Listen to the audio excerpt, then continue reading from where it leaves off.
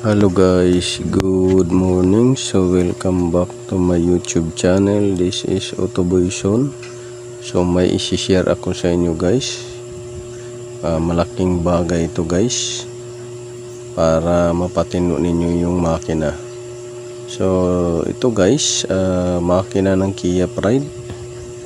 So kadalasan ng chinichik natin pagpalyado ay itong mga distributor cap, ignition coil, high tension cable. So yan yung kadalasan natin chinichik kung may lumalabas na kuryente. So minsan chinichik din natin yung mga vacuum at saka itong mga spark plug. So dito guys ay tinanggal natin yung spark plug para makita natin yung condition ng spark plug.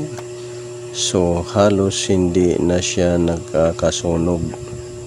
Kung nakikita ninyo ay grabe na yung itim carbon ng tip ng spark plug. So indication to ng dalawa lang guys.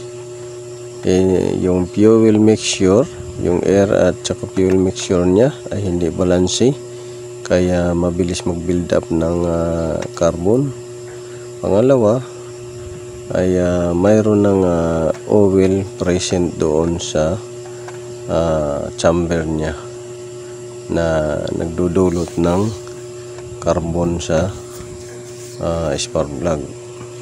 So pagkasunog niyan, siyempre yung exhaust nyon ay dahil may kasamang oil, malakas-lakas yung exhaust gases.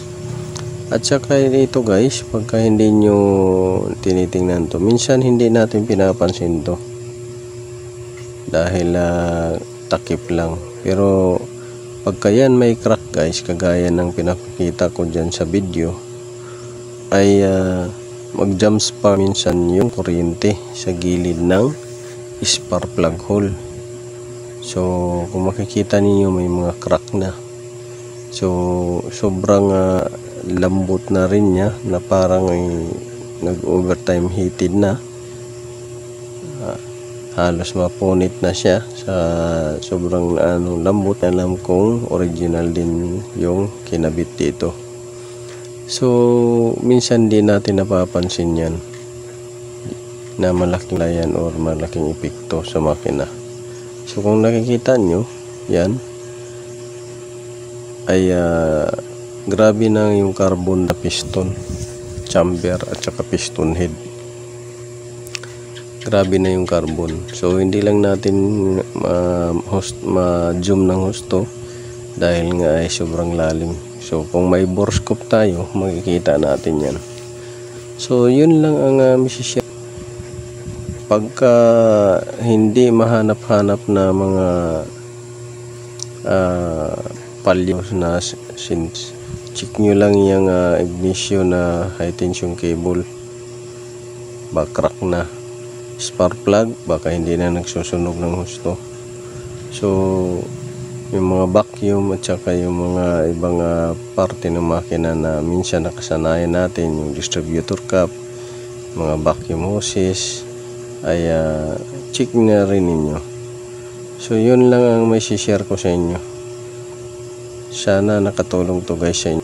So ngayon ang gagawin natin ay lilinisin ko lang yung spark plug para i-check natin magbago ba yung andar. At saka itong high tension cable nya, ibabalutin lang natin yan ng titingnan natin kung magbabago. So maraming salamat. This is Autoboyson. Sana katulong to sa inyo. God bless you all.